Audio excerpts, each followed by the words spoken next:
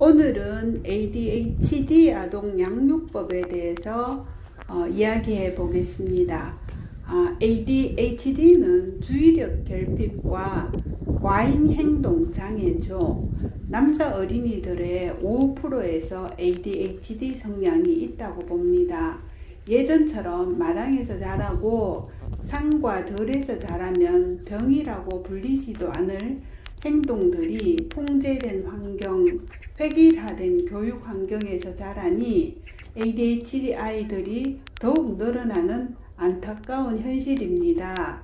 그런데 HD는 Hyperactivity Disorder 이라는 말처럼 충동적이라는 것입니다.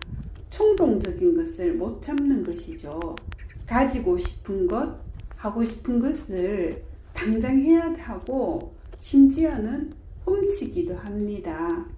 지금 제가 부산 삼락공원을 산책 중인데 예전에 부산에서 다닌 ADHD 아동이 생각나서 예를 들어 보겠습니다. 아이는 초등학교에 들어가면서 주의력 결핍과 과잉 행동으로 학교 생활과 교우 관계에서 여러 가지 문제를 일으켰습니다. 결국 어머님이 아이를 데리고 대구 연구소까지 감각통합훈련을 하러 다녔습니다. ADHD 아동에게는 미국에서 개발된 IM이라는 감각통합훈련이 주의력을 개선해주고 충동성을 억제해주는데 제일 효과적입니다. 1년 정도 일주일에 2번씩 다니면서 아이가 많이 좋아졌는데 처음에 트레이닝 다닌 지 얼마 안 돼서 아이가 도벽이 있는데 어떻게 고쳐야 되는지 문의하셨습니다. 자꾸 남의 집에 가면 친구 물건을 가져온다고 했습니다. 야단쳐도 안 되고 해서 어느 날은 친구 엄마랑 서로 짜고 아이의 도벽을 고치기로 했습니다. 그날도 친구 집에서 놀다가 헤어지면서 장난감 하나를 주머니에 넣는 것을 친구 엄마가 보았습니다. 그리고 아이 엄마에게 가져갔다고 보고를 했습니다. 엄마가 아이가 오는 것을 보고 너 혹시 친구 집에서 놀다가 장난감 가져온 것이 없냐고 물으니까 안 가져왔다고 딱 잡아 떼더라는 것입니다. 자꾸 남의 물건 훔치면 나중에 도둑이 되니까 경찰서에 가서 검사를 받아야겠다고 경찰서로 가자고 했습니다. 그리고 아이를 데리고 경찰서 앞까지 갈 동안도 시침을 탁 떼면서 안 가져갔다고 말했습니다. 엄마가 경찰서 문을 열려고 하니까 갑자기 울면서 자기가 잘못했다고 다시는 안 그런다고 맹세를 했습니다. 그래서 엄마가 회초리로 때리고 다시는 남의 물건에 손대지 않겠다는 이제 그 각서를 써도록 했답니다. 그런데 주말에 누나가 식탁에 지갑을 놔뒀는데 돈이 10,000원이 없어졌다는 것입니다. 아이 주머니를 뒤져서 돈을 찾아서 누나를 주고 다시 회초리로 때렸는데 도벽이 너무 걱정이 된다고 하셨습니다.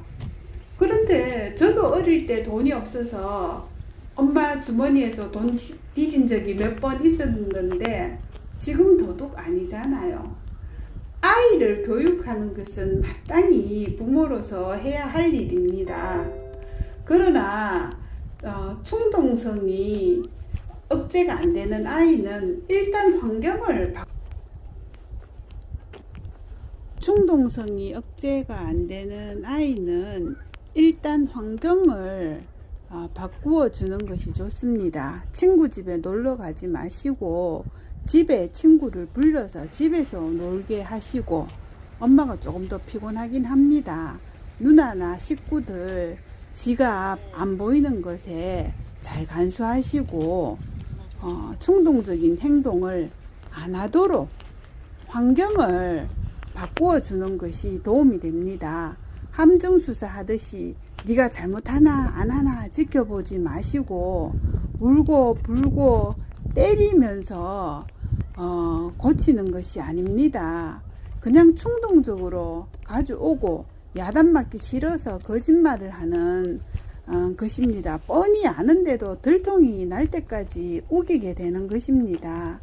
ADHD 아이들은 자라면서 야단과 지적을 많이 받고 칭찬을 잘 받지 못합니다. 애정적인 지원이 약하면 물건에 더 집착하게 되는 면이 있습니다. 잘못한 것을 자꾸 야단치지 마시고 잘하는 것을 칭찬해 주시고 있는 그대로 사랑해 주시기 바랍니다. 아이를 바르게 키우는 것은 아이에 대한 믿음과 충동을 억제하지 못하는 병을 앓는 중이라는 이해가 필요합니다. 감정적으로 한 번에 고친다는 생각을 하지 마시고 꾸준하게 잘못된 행동을 교육해서 고친다고 생각하면 됩니다. 체벌은 최대한 안 하는 것이 좋습니다. 하지 말라고 하면 더 합니다. ADHD 아이들은 매일 1시간에서 2시간씩 운동을 하든지 등산을 하든지 자전거를 하든지 몸놀이를 하시고 학습 시간은 좋아하는 과목 위주로 짧게 하시고 만들기나 그리기, 퍼즐 같은 성취감을 느끼는 활동을 많이 하는 것이 좋습니다. 오늘도 수고하셨습니다.